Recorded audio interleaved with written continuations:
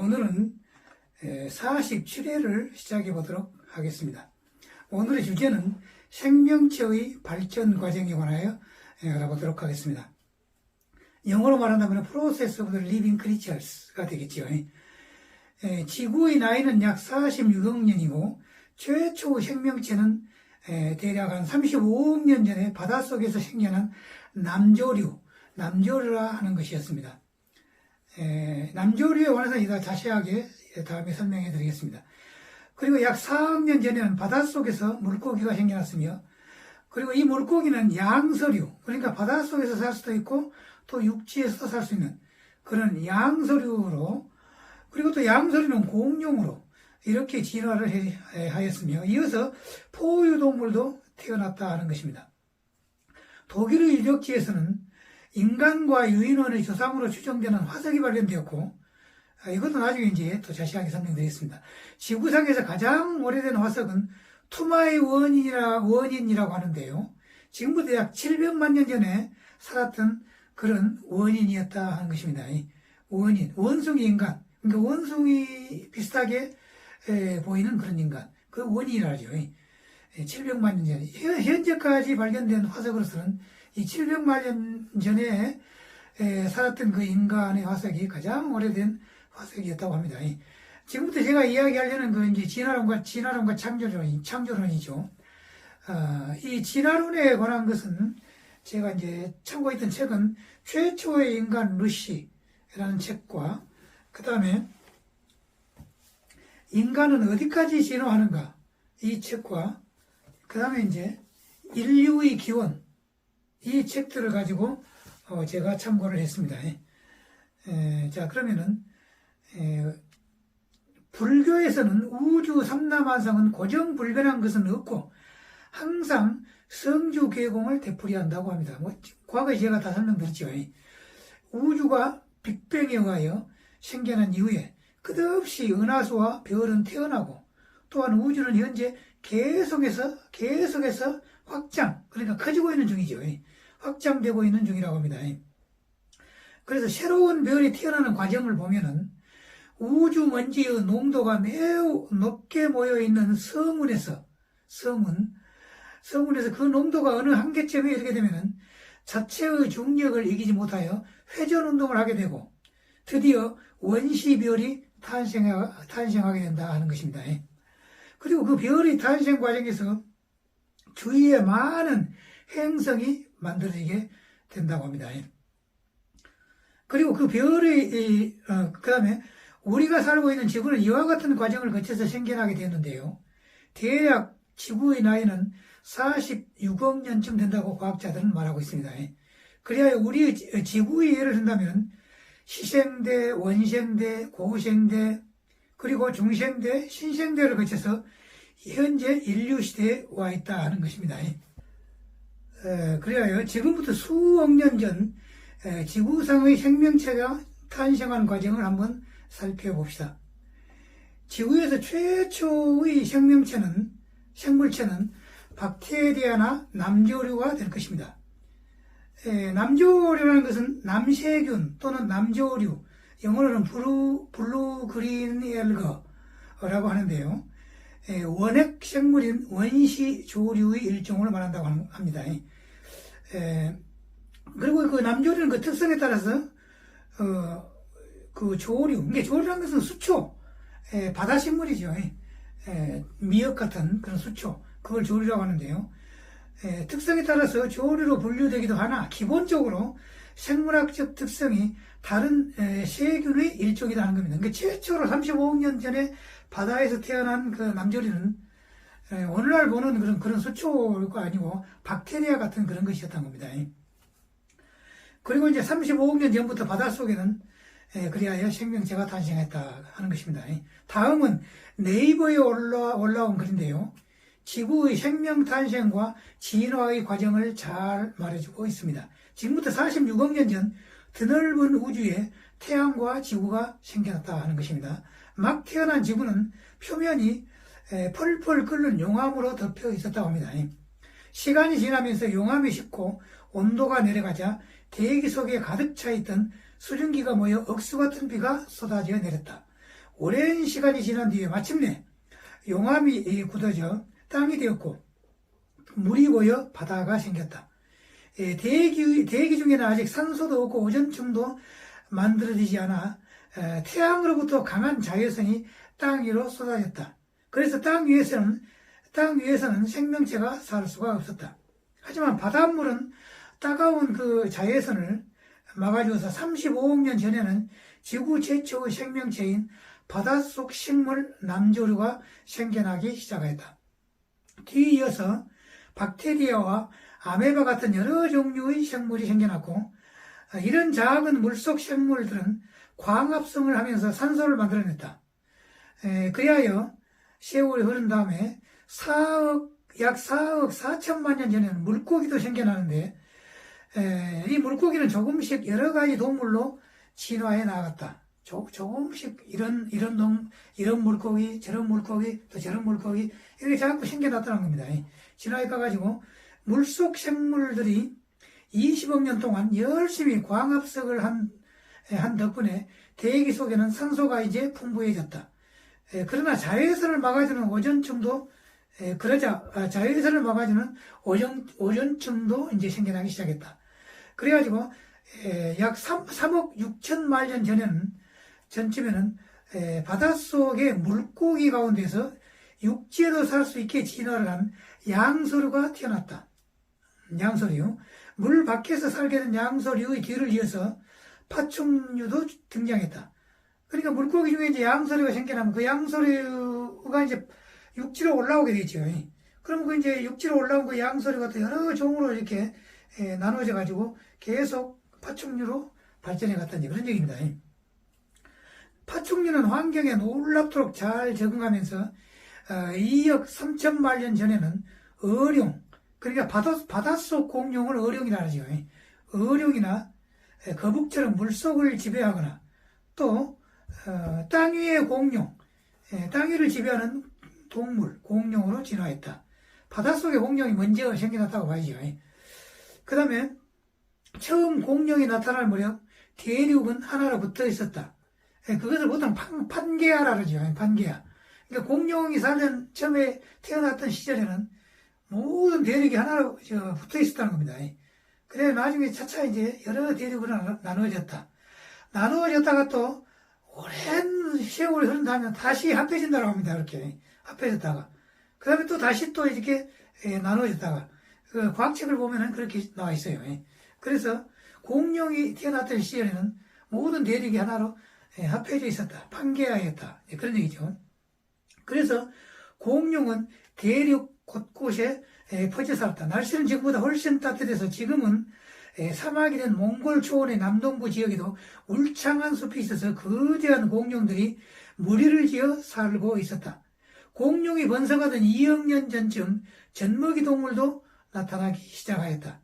그런데 6,500만 년 전 지구에는 알 수 없는 이유로 갑작스러운 기후변화가 일어났다. 그러니까 6,500만 년 전에 지구가 심각한 그 지구변동과 기후변화를 맞게 된 그 이유는 두 가지로 생각할 수가 있겠죠. 하나는 거대한 그 화산, 백두산보다 훨씬 더 큰 그런 그 화산, 그런 화산이 폭발했거나 혹은 우주에서 날아온 어떤 그 물체가 지구와 충돌을 했거나 그래가지고 이제 기후변화가 일어났지 않냐 이렇게 추측할 수 있습니다만은 대개 과학자들은 화산 폭발보다는 우주에서 날아온 물체가 지구와 충돌해가지고 기후변화가 일어났다. 지금은 이제 그런 방향으로 많이 생각하는 것 같습니다. 그 다음에 두꺼운 먼지 구름이 햇빛을 가리고 세상은 온통 깜깜해졌다 하는 겁니다. 그러니 자연이 날씨도 몹시 추워졌다. 햇빛을 받지 못한 울창한 숲은 조금씩 말라 죽어갔고 먹이도 구할 수 없고 추위도 견디지 못하여 공룡들은 모두 사라졌다. 이상이 지구상 생명체 탄생의 초기에서 공룡 시대까지의 과정을 말하는 내용이었습니다. 네이버에 나온 내용입니다. 그러니까 이 생명체 탄생의 과정은 지구뿐만 아니라 우주상의 일반적인 행성에 생명체가 탄생하는 보통의 과정이라고 생각할 수가 있습니다. 물론 행성에는 산소가 아닌 질소나 혹은 수소로 호흡하는 생물체가 있을 수 있겠지만은, 여하튼 어떤 행성일지라도 초기에는 용암으로 둘러싸였다가 점점 식으면서 바다가 생길 것이고, 그 다음에는 위에서 말한 생명 탄생 과정이 자연스럽게 이루어질 수 있다 하는 것입니다. 그러므로 조건만 갖춰지면 저 앞에서 말한 우주 구성의 핵심 요소인 이기, 법신불, 비로자나불, 대일열애, 혹은 또 상제님, 혹은 또 성령 등등의 하늘, 한마디로 말하면 하나님이죠. 그 이기의 자연스러운 작용에 의하여 생명은 순차적으로 생겨나가지고 진화를 하기 마련이다. 발전하기 마련이다 하는 것입니다. 우리 지구가 시생대, 원생대, 고생대, 중생대 이후 그러니까 시원, 고중, 그 다음에 신생대, 그 다음에 인류시대, 보통 그러죠. 인간이 어떻게 탄생해서 진화를 해왔는가 하는 것을 연구하는 학문을 인류학이라고 하죠. 영어로 말하면 anthropology, 인류학이라고 하는데요. 인간의 그 인류학의 진보는 가히 눈부신 바가 있었다라고 말할 수가 있습니다. 인간과 유인원의 먼 조상일 가능성이 있는 화석으로는 1980년대 독일 메셀 화석 유적지에서 발견된 것이 있습니다. 이 영장류는 놀랍게도 지금부터 약 4,700만 년 전에 살았을 것으로 추정되고 있습니다. 이 메셀 화석은 컴퓨터에서 이제 그 화석이 지금 여기가 많이 나오는데 다 올리기가 그래가지고 사진을 다 올려야 되겠습니다만은 화석이 많아가지고 그냥 올리지 않았습니다. 그러니까 자기가 그 컴퓨터에 들어가가지고 혹은 휴대폰으로 그 메셀 화석 그렇게 입력을 해가지고 클릭을 한번 해보기 바랍니다. 메셀 화석, 독일 메셀 화석 그러든지 그러면 거기에 그 뼈가 다 나옵니다. 최근의 인류 학교에서 발견된 인류 화석은 약 700만 년 전에 아프리카에서 살았던 투마의 원인, 그 전문 용어로는 사헬란트로푸스 차덴시스, 투마의 원인이 있고, 이것도 컴퓨터에서 투마의 원인 하고 입력을 해서 클릭을 해보면 거기에 그 뼈가 나옵니다. 투마의 원인, 또한 원인이 있고, 또 430 내지는 450만 년 전에 살았던 라미두스 화석이 있습니다. 라미두스는 컴퓨터에서 라미두스 하면 잘 안 나오고 라미두스 화석 이렇게 입력을 하면 나옵니다. 그래서 한번 입력을 해보도록. 이 라미두스는 머리뼈는 없고 다른 여러 신체의 뼈를 볼 수가 있습니다. 다음은 투마의 화석에 대해서 네이버 백과사전에 있는 그 내용입니다. 2002년 프랑스의 고인류학 연구팀에 의해서 2개골과 2개의 아래턱 그리고 3개의 이빨 등 6점의 화석이 발견되었다. 학명은 차드, 아프리카 차드지요. 차드에 살았던 사헬이라는 인류라는 뜻의 사헬란트로푸스 차덴시스이다. 투마의 원인이라는 별칭으로도 불리고 있는데요. 투마이어라는 것은 차드어로서 삶의 희망이라는 뜻이라고 한다. 최근에 과학자들은 DNA를 이용한 연구로 인간은 침팬지와 유연 관계에 있으며, 그러니까 침팬지와 굉장히 가까운 관계에 있으며, DNA가 뭐 93%든가 5%든가 하여간 굉장히 그 유연 관계에 있다는 건 침팬지하고. 또 침팬지뿐만 아니라 오랑우탕도 그러죠. 오랑우탕. 그런데 두 가지, 그러니까 침팬지와 인간이 갈라진 것은 500만에서 600만 년 전 사이인 것으로 추정되고 있다. 그런데 이번에 발견된 화석, 그러니까 투마의 원인이죠. 그건 이제 700만 년 아까 이 얘기했죠. 이번에 발견된 그 화석의 형태가, 투마의 원인의 그 형태가 분명히 침팬지의 것과는 다르기 때문에 인간의 시련은 그보다도 적어도 한 100만 내지 200만 년 전으로 거슬러 올라간다 하는 것이다. 그러니까 이제 700만 년 전이죠. 투마의 원인은. 고인류학자들은 약 500만 년 전부터 최근까지의 인류의 진화 과정을 이제까지 발견된 원인의 화석으로 추적할 수가 있었다. 그런데 이제 새롭게 이제 발견된 화석에 의해서 이제 700만 년 전까지 추적할 수가 이제 있다고 할 수가 있겠죠. 근데 여기에는 350만 년 전에 출현한 오스트랄로피테쿠스 아파렌시스, 요한슨이, 인류학자인 그 요한슨이 발견한 그 화석이죠. 보통 루시라고 하죠. 이 화석이야말로 엄청난 화석이죠. 거의 그 머리뼈, 또 그 몸통뼈, 팔다리뼈가 다 거의 다 발견됐죠. 그래가지고 엄청난 화석인데, 이것이 350만 년 전에 출현한 그 루시라고 하는 그 화석, 이것도 컴퓨터에서 오스트랄로피테쿠스 아파렌시스라고 그렇게 입력하거나 혹은 루시라고 해도 됩니다. 루시 화석 그러든지. 그러면 그 화석이 나옵니다. 그걸 한번 보시도록. 그래가지고 그런 화석이 있는데요. 참고로 오스트랄로피테쿠스가 이제 여러 가지가 있죠. 오스트랄로피테쿠스 여러 가지가 있는데 그것을 합해가지고 오스트랄로피테신 혹은 오스트랄로피테쿠스 또 속이죠. 그 분류학상에 이제 속이 나오죠. 그래가지고 이와 같은 것은 이른 시기의 인간, 아주 오래된 그 인간, 그런 인간을 말할 때는 오스트랄로피테쿠스라고 이렇게 이제 명칭을 붙이고, 또 늦은 시기에 나온 것은 이제 같은 속이라도 호모속이라고 한다는 겁니다. 호모속. 그래가지고 오스트랄로피테쿠스 플러스 호모속, 이걸 합해가지고 호미니드라고 이제 한다고 합니다. 호미니드. 그런데 이제 그 오스트랄로피테쿠스의 그 발견된 종류를 본다면은 1959년도에 메리 리키 여사, 이제 인류학자죠. 메리 리키 여사가 발견한 오스트랄로피테쿠스 보이쉐이라는 화석이 있는데요. 그것은 약 180만 년 전에 살았던 사람들이었다는 겁니다.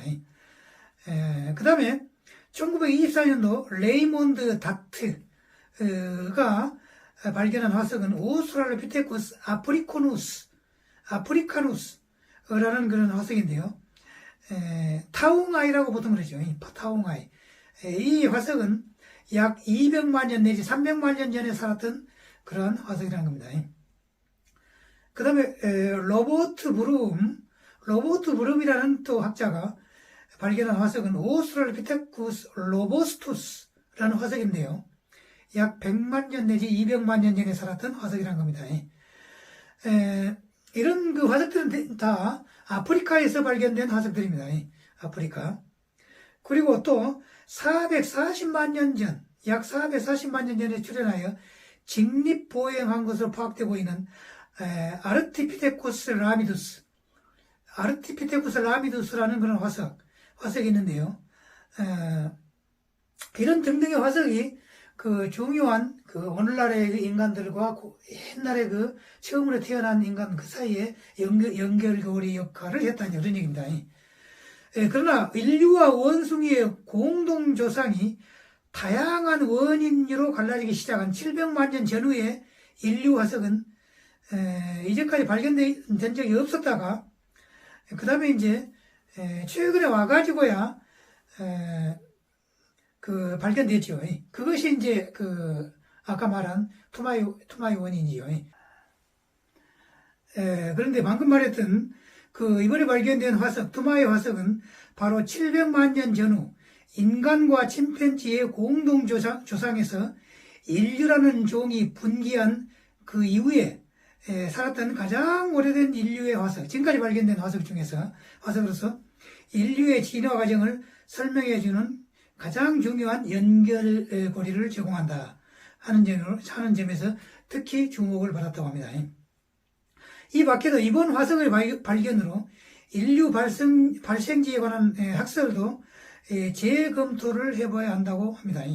이제까지 발견된 인류 화석은 남오스트레일리아와 그 다음에 동아프리카에 집중되어 있었지만은 이번에 발견된 그 700만 년 전의 그 화석은 중앙아프리카에도, 그러니까 이 화석이 중앙아프리카에서 발견된 것 같습니다. 그래가지고 중앙아프리카에도 고인류가 존재하고 있었다 하는 것을 시사한다는 겁니다.